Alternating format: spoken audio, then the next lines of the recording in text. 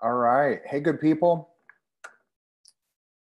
It's Chris Hewerts again, here from Omaha, Nebraska. And Basil's smashed out back there. He just got a good little rabbit chase in a second ago before we started this. So glad y'all are able to join us again. I, of course, come to this wellness webinar with a little bit of sadness because this is our final one where we're hosting a guest for this month of April shows. And they've just been super great, and we've appreciated everybody who's joined us, everybody who's been part of this. I think we had almost 1,400 people register for these this month.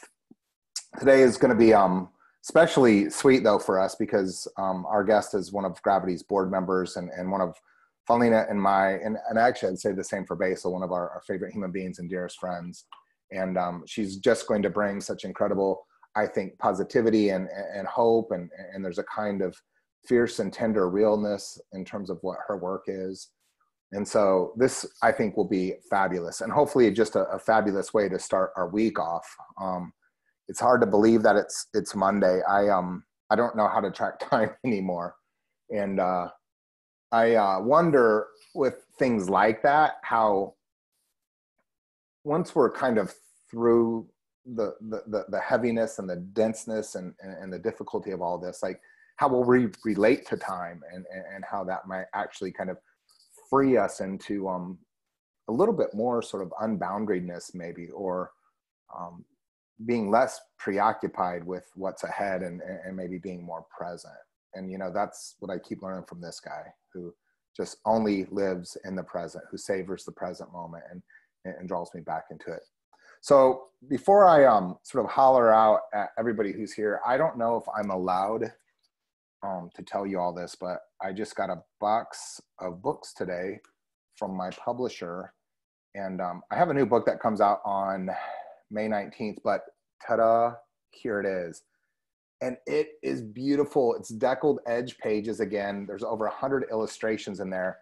And in fact, this time, I'm not very good at showing stuff, but this time I also have these like spot drawings like throughout the book. And so these sort of original bits of art will be just, I think, incredible. Like here's one where I try to let the people know that Jonah probably wasn't in the belly of a whale for 3 days, but had to evacuate into his shadow and had to contend with parts of himself. And then the punchline of this book, the last chapter, is all about the instincts and the subtypes. And I'm kind of re-languaging and rewriting all those. And sorry, I don't want to get Enneagram nerdy real quick. We need to turn this over to Ying. But I do really think that in the Enneagram, the instincts are the residue of evolution left over in our DNA. And if I can't observe instinctual behavior in my dog Basil, then it's not our instincts. And ta-da! My illustrator drew this gorgeous picture of Basil, and it actually looks so much like him, and she's never met him. So you can pre-order this book, and there's going to be a super sweet little freemium giveaway with pre-orders that my publisher's working out. I'm probably also not allowed to tell you about that right now. But to the map, because you know I love these maps like a stupid idiot. Here's where we're coming in from today. Oh my goodness, are you kidding?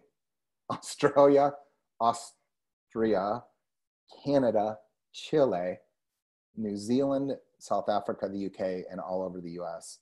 And if I missed you on this map, throw it in the chat. We always want to recognize you, and we're super duper glad you're here. Now, Felina's going to do a better job of introducing Ying than I will, but I just wanted to sort of tease you a little bit. Here's a super dense, amazingly accomplished bio that you can find on our Gravity website under the community page, because like I said, Ying's one of our board members and has just been super supportive to us in terms of what we're trying to do here, and has really enabled us to be the kind of community of support and connectedness that we've been able to. I put this picture of Ying up and this quote from her on my Instagram maybe about a week ago, and I just was so moved by her vulnerability and by her honesty. And I think you're going to also find that in the conversation that we'll have with her today. So Felina, I'm going to turn it over to you. So excited and so sad that this is our last sort of guest on the wellness webinars. but it's been a great month and love doing this with you. So Basil, oh, he scratched out. I was gonna say he says hi, but anyway, good to see you. Yeah, you too. It's been fun doing something new with you. Hopefully we can do some more in the future, huh? Yeah, hopefully. All right. All right. The beast moved. Okay, back to sleep. All right, catch you later. All right. So hi, everyone. Thanks for joining us. I thought today, before I introduce Ying, I would help us just kind of come into the present moment with some breath work. So this is one of my favorite practices, and I've been doing it quite often, actually, as I've been recovering from a traumatic brain injury. It's really helpful to give the brain a nice oxygen bath. Maybe some of you know of this. It's the 4-7-8 breath. And what we'll do is we will inhale to the count of 4, then we'll hold that for the count of 7. And then on the exhale, we'll elongate the exhale with 1 count. So it'll be exhaling to the count of 8. So we inhale to the count of 4, hold it for 7 counts, exhale to 8. And we'll do that 4 times. And if you find that that particular ratio of breath isn't working for you, just make whatever adjustments you need to.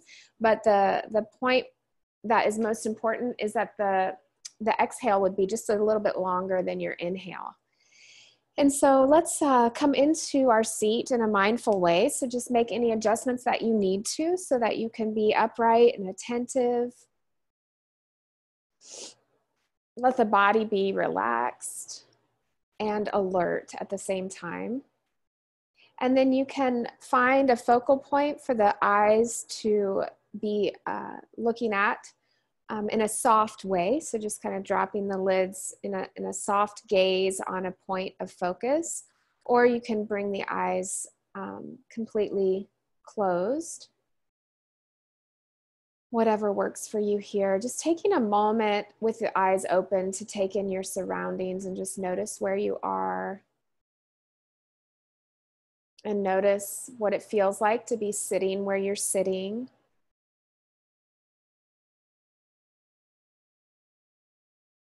And see if you can take inventory of the body, noticing any points of tension and making any adjustments that you need to so the body can let go a little bit more here. And then let's just take a cleansing breath together before we begin the 4-7-8 breath. So inhale together fully from the belly through the nose and exhale through the mouth. When we begin this breath work together, inhale through the nose and exhale through the mouth if that works for you. Otherwise, make whatever adjustments you need to so that you can participate with each inhale and exhale. So beginning here, we'll inhale to the count of 4, 3, 2, 1, hold, 7, 6, 5, 4, 3, 2, 1, exhale, 8, 7, 6, 5, 4, 3, 2, 1. Inhale, 4, 3, 2, 1, hold, 6, 5, 4, 3, 2, 1. Exhale, 7, 6, 5, 4, 3, 2, 1. Inhale, 4, 3, 2, 1. Hold, 7, 6, 5, 4, 3, 2, 1. Exhale, 8, 7, 6, 5, 4, 3, 2, 1. Inhale, 4, 3, 2, 1. Hold, 7, 6, 5, 4, 3, 2, 1. Exhale, 8, 7, 6, 5, 4, 3, 2, 1. And then let your breath return to its normal inhale and exhale. It's noticing your in-breath and your out-breath.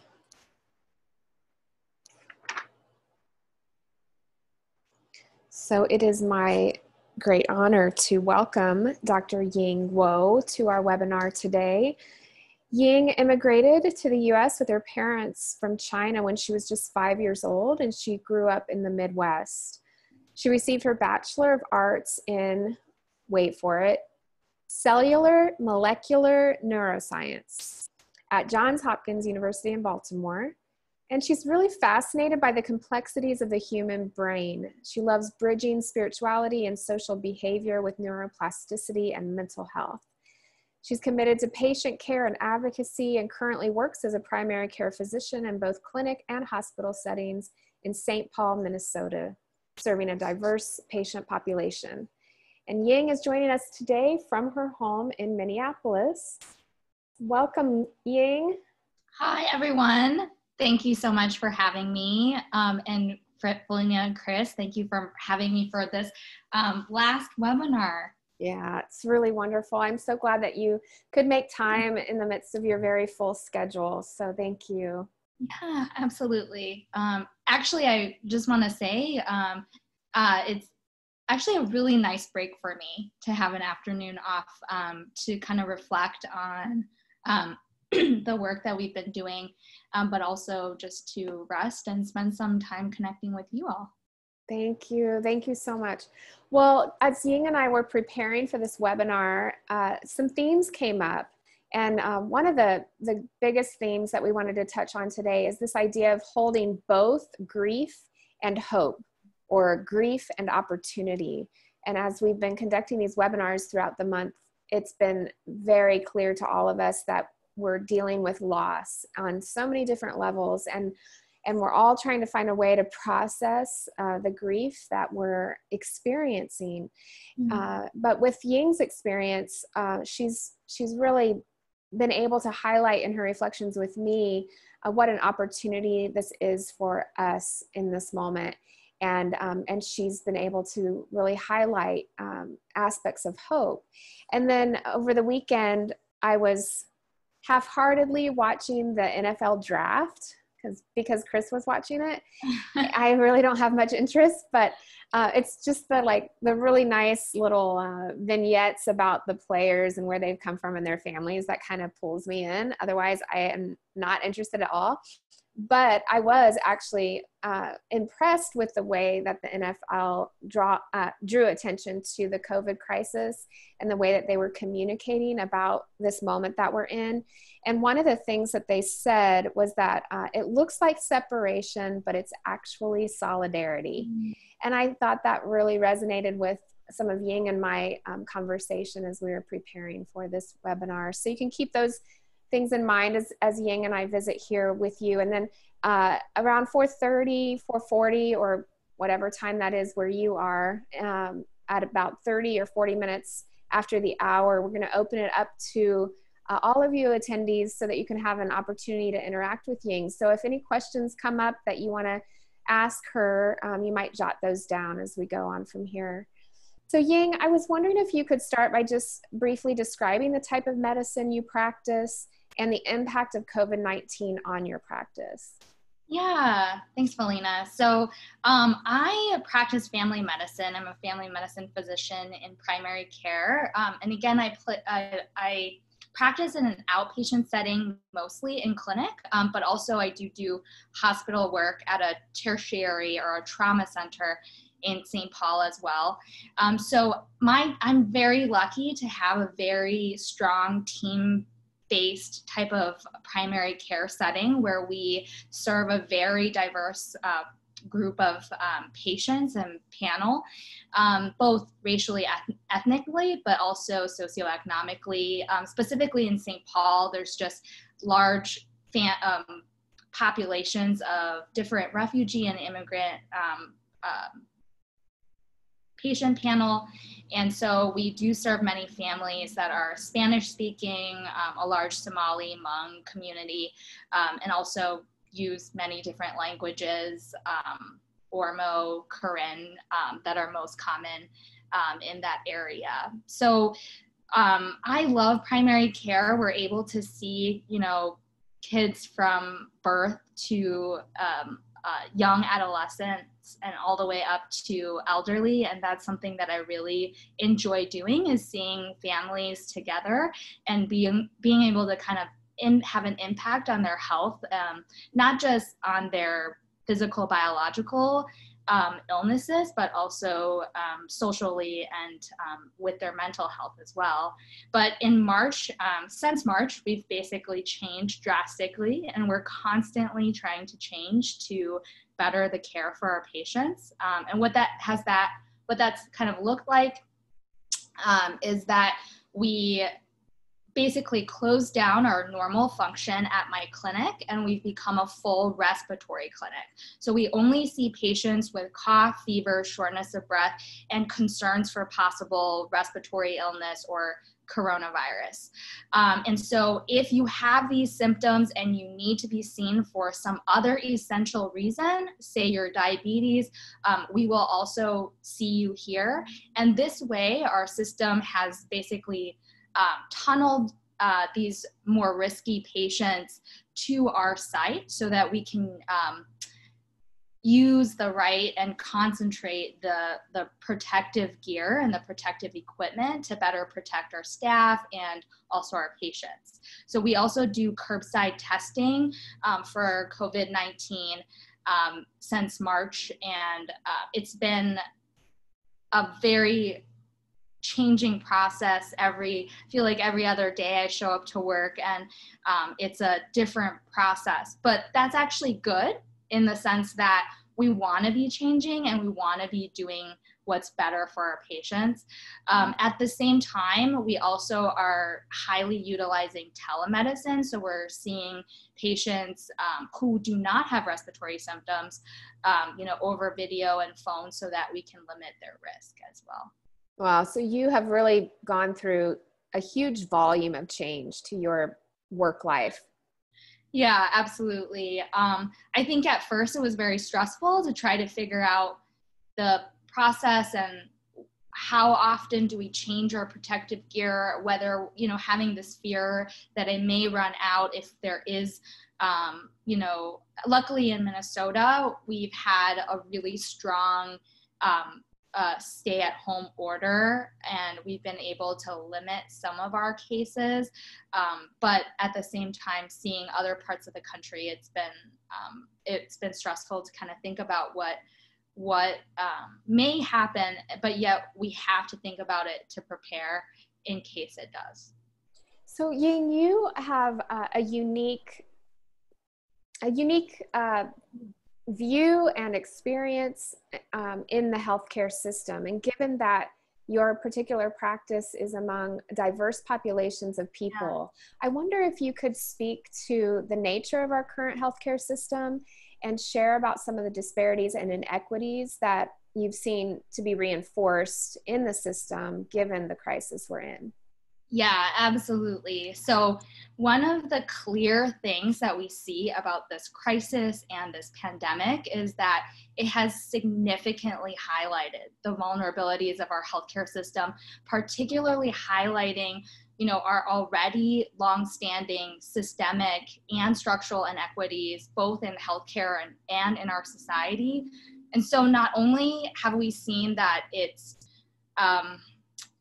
highlighted the racial disparities whereby our communities of color and our marginalized communities are disproportionately impacted and also disproportionately dying from COVID disease. This pandemic has also highlighted a lot of gender inequalities and increased we've seen increased domestic violence.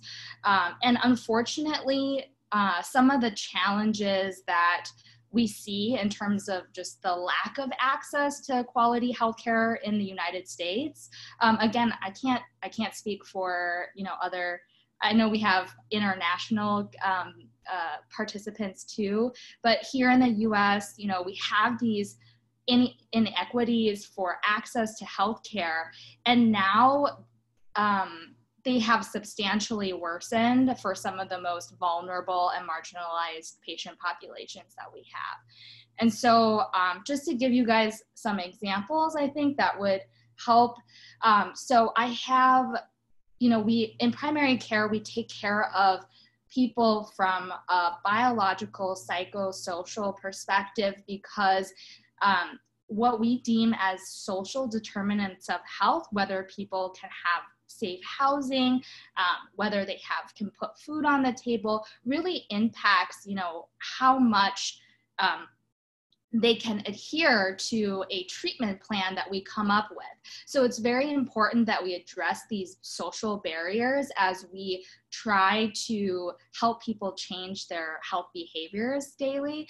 And these challenges are just exacerbated during this time. So we have people who have severe mental illness, and who already have challenges balancing a lot of social stress and economic stress, that are now really having a lower threshold of going into crisis, given isolation and given more economic distress, right? And we have lots of individuals who I do also do addiction medicine. And so at this time, that has triggered and driven a lot of people towards addiction. My patients who have chronic diseases like type 1, type 2 diabetes, who already, even prior to COVID-19, have a difficult time securing their access to life-saving medications like insulin, are now struggling even more to have a consistent supply of this medication, and also just living with the fear that they're going to that they're high risk for a, severe disease. And, in terms of our non-English speaking refugee families,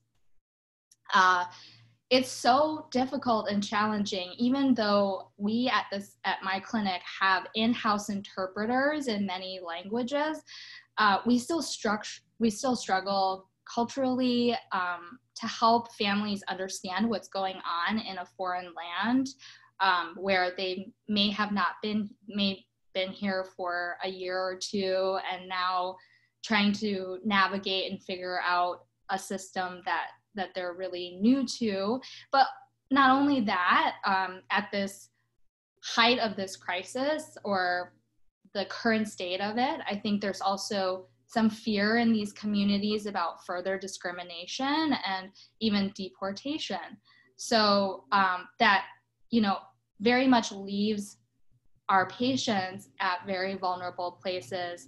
And just simply along socioeconomic lines, I think families are stricken very disproportionately. A working class patients who work in cleaning, grocery stores, right? Or even in healthcare, providing, they're working as a aide to help other people, really don't have the luxuries of staying at home during this time. And so we are seeing that these individuals are disproportionately sick. And it's heartbreaking to see some of the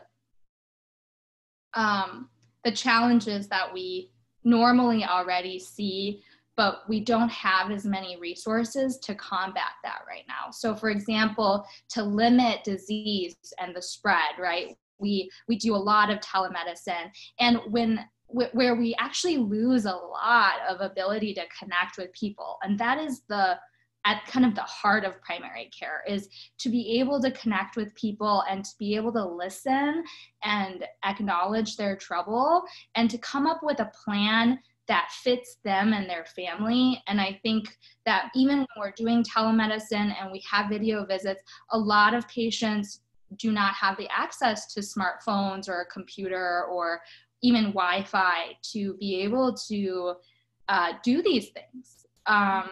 Yeah, these disparities are affecting every sector really of our society, and the most vulnerable seem to be the ones, that are affected the most. Anna E, and she was on our webinar a couple weeks ago now, I think. And she's an educator, and she's seen similar disparities in her in the populations of students and families that she works with. So you have been dealing with not only your own severe volume of change, and I'm sure personal griefs, losses, in terms of the impact of this crisis in your own life. And then you're witnessing, large populations of people being disproportionately affected. It's a lot to process. It's a lot to take in. It's a lot of loss. Most of us on this webinar who are participating today are in a shelter-in-place situation. And I'm just wondering if, from the front lines, if you can help us understand how staying at home is a real service to society and to so many of these people that you have mentioned just now who are the most vulnerable. Right, absolutely. So I know I focused a lot on these challenges just now and what we're facing in healthcare and society due to COVID-19. I just want to emphasize first that these challenges in our society and in healthcare already existed and are deeply rooted in systemic injustices in the United States. And personally, I think that since 2016, perhaps, that our country has seen some of these injustices more unveiled, but this is just a part of that now it's unveiled to a degree that we just cannot ignore anymore. And that makes room for opportunity. I think that I want to just really emphasize that this is not only that this is the time to change, that to take action, but I want to make sure I'm making it clear that social distancing, staying at home, wearing masks, limiting your daily life to just the essential, even when I know that many of you have lost, a sense of normalcy, social interactions, perhaps even jobs, and I hope not, but maybe even loved ones. But doing these things in social distancing is still the number one thing that you can be doing to help some of these populations that are high risk, and to be limiting disease, and to be helping us in healthcare in the front lines. And it's very crucial at that time. And I do hope that we can get, looking at a silver lining, looking at some of these challenges, it really does motivate me to first sit with my own loss, and first take care of myself, and first take care of those around me, and reach out to social support for myself. But really then to also rethink about my own priorities and how better we can take care of each other. So I think, number one is for all of us to stay at home when we can, and to really, it seems like an act of inaction, but it requires so much intentionality now, because it's at this point in April, right, going into May, it's just harder and harder to do. And and sometimes maybe we'll say, we just don't know when it will end. But until we get more confirmation from medical science and a vaccine and or more tests, and that we've lowered disease to a certain degree, this is the number one way that you can service other people. And to really just think about your own priorities and how better to take care of each other. It really is an extraordinary time, Ying, as I'm just listening to you share, knowing, that you're there on the front lines and you can speak to this situation in a way that many of us aren't in touch with, like in terms of the real impact of the disease on populations of people. And I think really it's coming through in what you're sharing in terms of how, yeah, this might seem hard for many of us, and it is, and we don't belittle any of our own struggles and losses during this time. And yet this experience of separation is actually an opportunity to be in solidarity with the most vulnerable people. That what I'm doing to limit my my daily life, my interactions with other people, the inconveniences that I am willing to choose, is actually connected to someone else's potential contraction of the disease. And it's like this opportunity to be directly connected to others. Like it's a profound opportunity where we mostly tend to live, especially in the US, in a very privatized, individualized experience. And this crisis is forcing us to really wake up to the fact that no, we're not isolated from one another, even though we feel very isolated at the moment. We're actually very connected, and we have so much power to influence someone else's life by every decision and choice that we're making right now. And I think you're really driving that home. In the next few minutes, Ying, before we turn it over to our participants to interact with you, could you just say a little bit about how you are? Like, how are you coping? How are your coworkers coping? Like, is there anything we can do to better support people like you and others who are on the front lines? Yeah, I would say, you know, some days are a lot harder than others. And it's not easy to be seeing patients at such high acuity, even if we're not seeing as many patients than we normally do. And I would say that I'm doing okay in terms of, you know, I have to focus, just like everyone else, on taking care of myself first before doing anything else.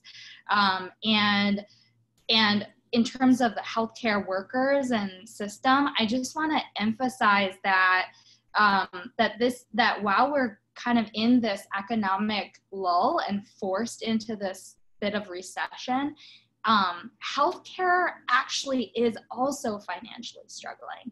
So there are even healthcare cuts where nurses and other people in the force who are losing their jobs, even at this time that we are being needed the most. And so it just is more of a call, I think, for all of us to go strip down to the essentials only and to stay home so that we can limit that need for healthcare, and not so that we're not overwhelmed here in the front lines. And I think you hit it straight on, Felina, that, you know, when I think about all these inequities that already existed, now exacerbated, there is an opportunity to come together and to connect. Like before this pandemic, we clearly had these inequities, and we may not have been moving as much, and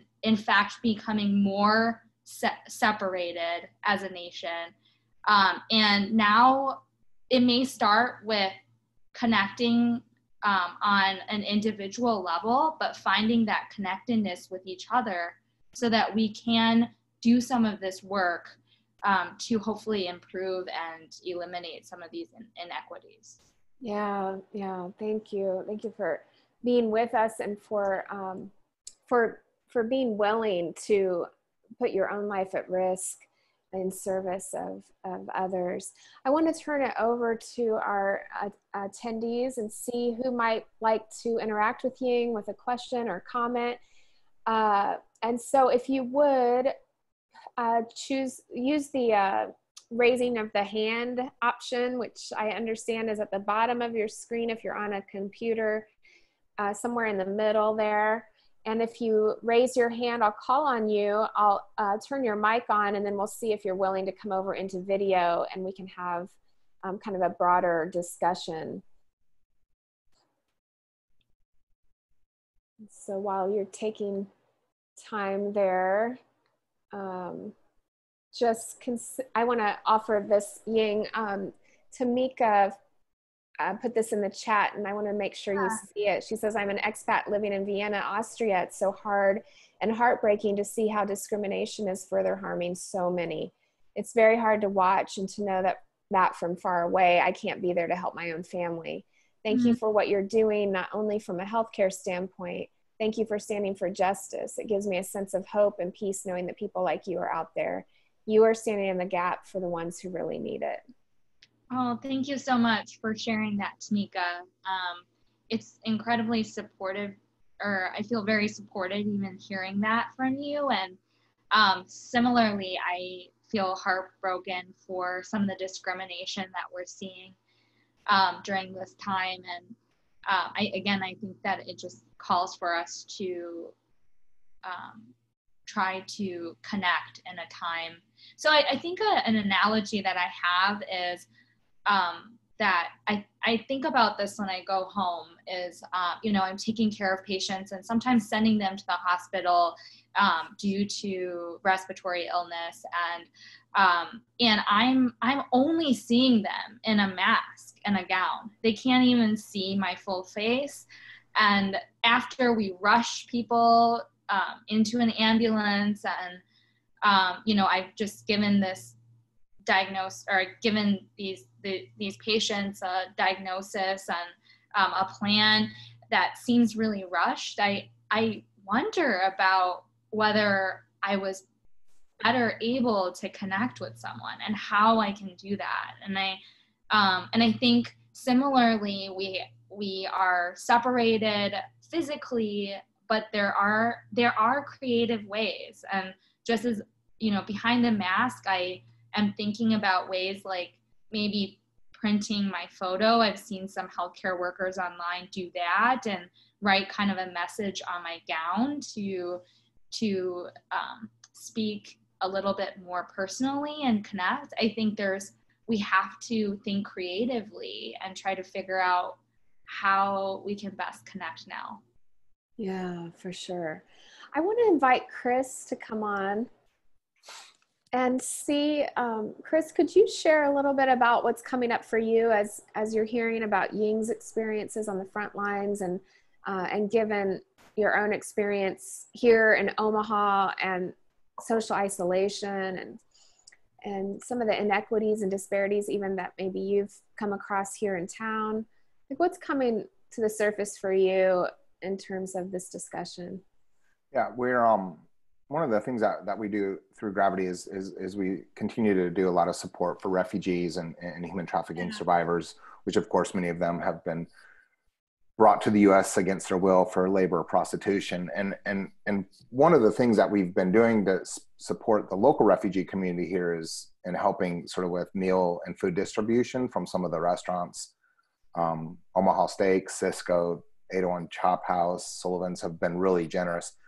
But even in that, we're finding the difficulty for the Muslim community, this meat isn't halal. For some of the other refugees who won't actually consume some of the things that are being donated, just again, a different kind of like lack of connection to some of the needs here.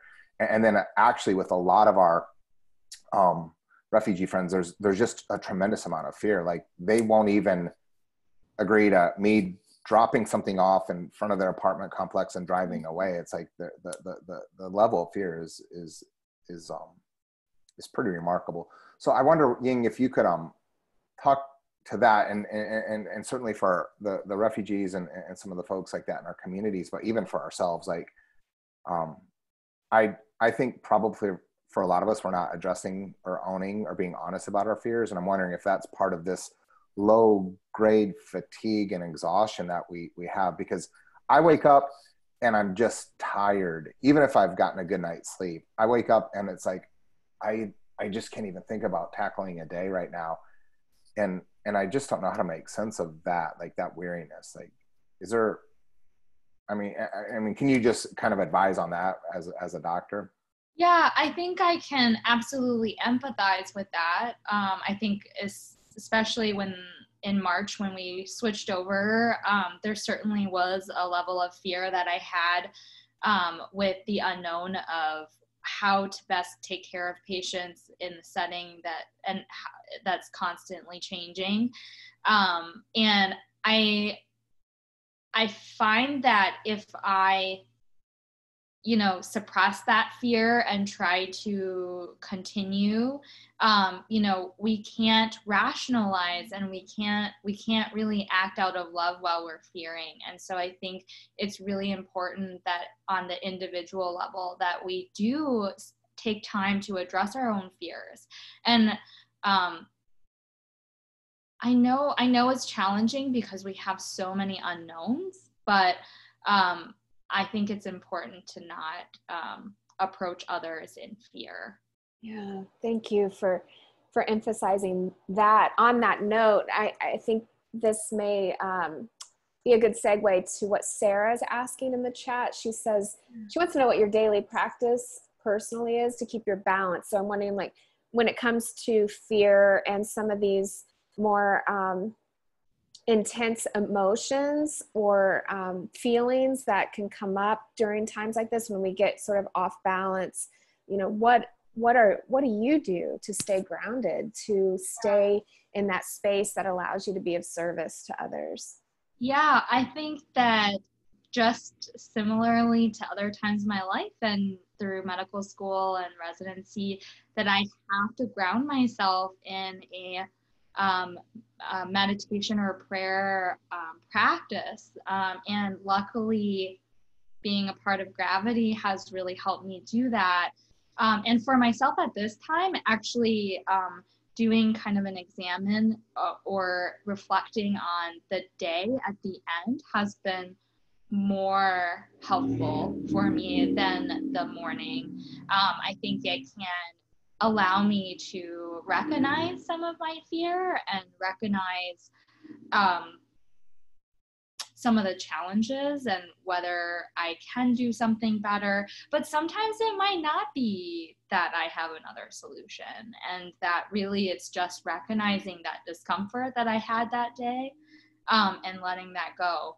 And I think that has helped me. Of course, reaching out to different colleagues and family, friends have been incredibly supportive at this time. And so I think one of the big things that everyone can do, because I think we forget that mental health is something that everyone has, and because we talk about mental illness and there's always this stigma around mental illness, mental health, but in reality, we all have mental health. It's just that, in some times our anxiety, depression, mood changes may lead us to a dysfunctional place and become a disorder. But I think that that's something that's especially important right now, is to be able to take that time to check yourself and to be able to see or reach out if you do have depression because of isolation or anxiety because of the unknown, that if you need help, there are still many practitioners, mental health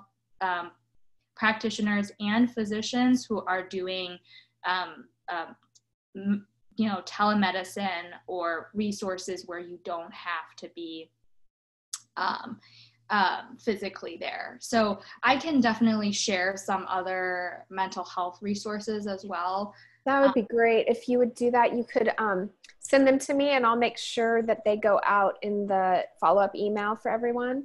Yeah. And we'll put them in the show notes too. Yeah, call children too. I just want to emphasize that. It's very crucial to be having these conversations with kids. I'm going to call on Elizabeth. She's got her hand raised. Hi, Elizabeth. Hey, Felina. Hi there. Are you willing to come on camera? Absolutely. Okay, here we go.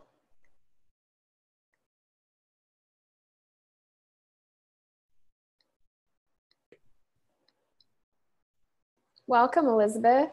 Hi.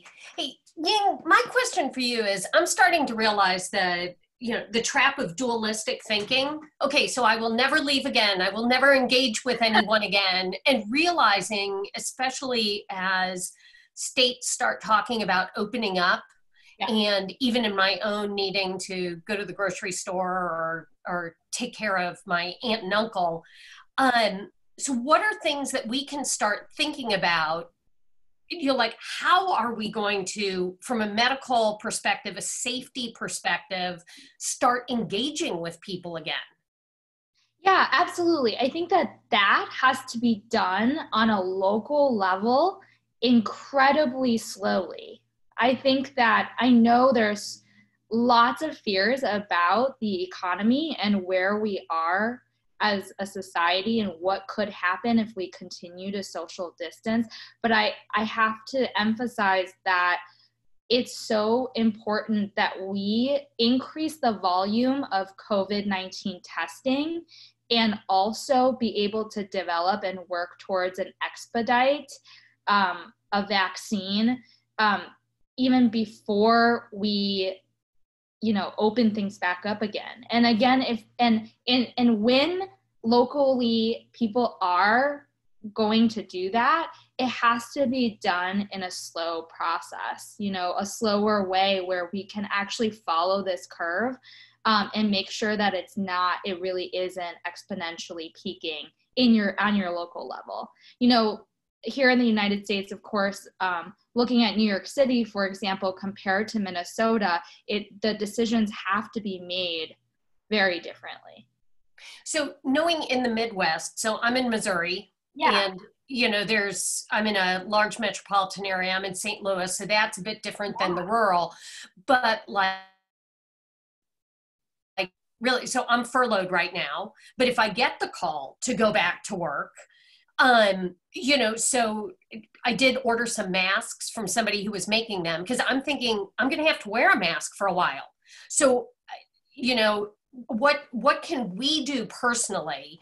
Is it that, continuing masks, hand washing, sanitizers? I mean, do we just keep doing what we've learned? Yeah. So first of all, absolutely hand washing. Every time you are entering a new space, hand washing, hand sanitizing.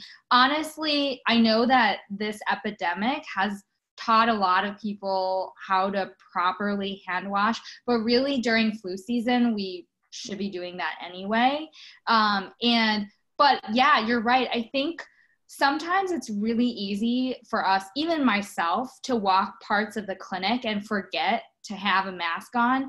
And it's not just about protecting myself. Really, we know that when you have a mask, especially, we're using cloth masks out in society rather than medical masks. And it makes a big difference when you're standing next to someone where both individuals have a mask on.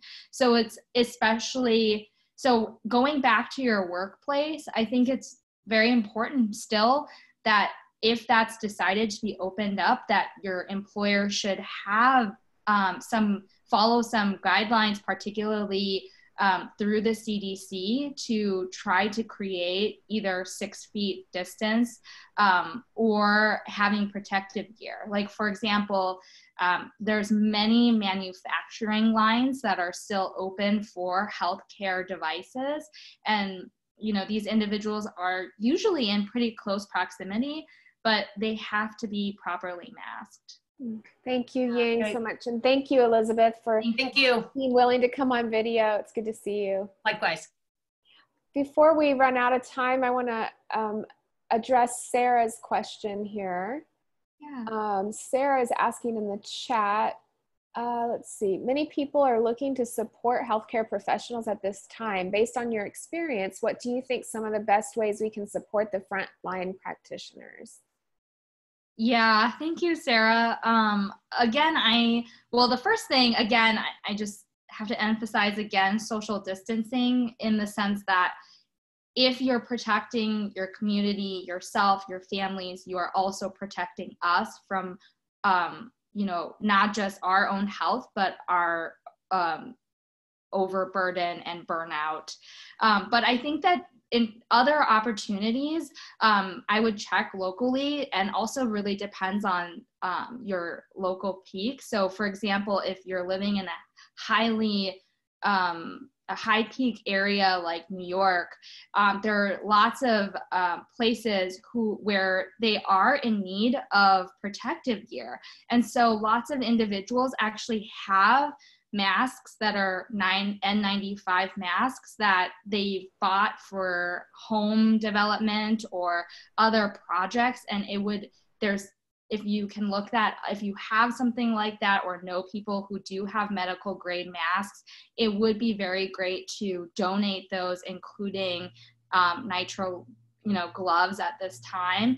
Other ways, I think there's different partnerships locally. I know in Minneapolis and the Twin Cities, there's groups of chefs and restaurants that otherwise would not be working, who are working with donations to actually feed healthcare workers. I have to say that I've really benefited from that. Sometimes I take my lunch hour to send someone to a hospital, let's say, and then it's nice to not have to think about my own food.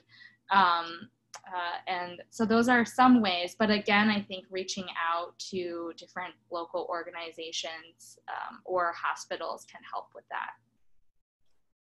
Thank you, Ying, for addressing these questions. And if there are no further questions, I want to just make sure that everybody gets a chance. So if we're about ready to bring this to a close, but if you want to address Ying, please raise your hand now.